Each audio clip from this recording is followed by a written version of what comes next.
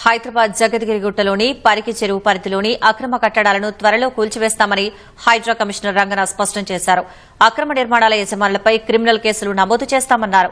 వెంకటేశ్వర స్వామి ఆలయానికి సంబంధించిన కోనేరు పరిధిలోని భూములను కబ్జా చేస్తూ గుడి పేరుతో రూములు కట్టి విక్రయిస్తున్నారని స్థానికులు కమిషనర్కు ఫిర్యాదు చేశారు. ఈ మేరకు చెరువుని ఆనుకుని ఉన్న భూదేవి హిల్స్, బాలకృష్ణనగర్ కాలనీలను రంగనాథ్ సందర్శించారు. అనంతరం ఆలయం, పరికి చెరువును పరిశీలించారు. దేవాలయ భూమి 25 ఎకరాలు కబ్జాకు గురవుతుందని తన దృష్టికి రావడంతో అధికారులపై కమిషనర్ ఆగ్రహం వ్యక్తం చేశారు. భూ కబ్జాలు జరుగుతుంటే ఏం చేస్తున్నారని ప్రశ్నించారు.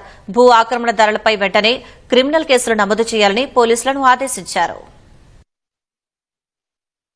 బుధవారం రేపు వీళ్ళందరితో కూడా మీటింగ్ పెడతాము. డీటెయిల్స్ అన్ని తీసుకున్న తర్వాత ఈ భూమి ఏదైతే ఆక్రమించుకున్నారో కాంపౌండ్ వాల్స్ కట్టి లేకపోతే ఈ గుండాన్ని ఏదైతే గనక ఆక్రమించినా దాన్ని కూడా తప్పకుండా యథాస్థితికి తీసుకొస్తాం. అండ్ ఈ కాంపౌండ్ వాళ్ళు ఇవన్నీ కూడా ఏదైతే వాళ్ళు ఆక్రమించుకుంటూ తీసుకొచ్చారో అవి కూడా తప్పకుండా వాటిని కూడా తీసివేయడం జరుగుతుంది.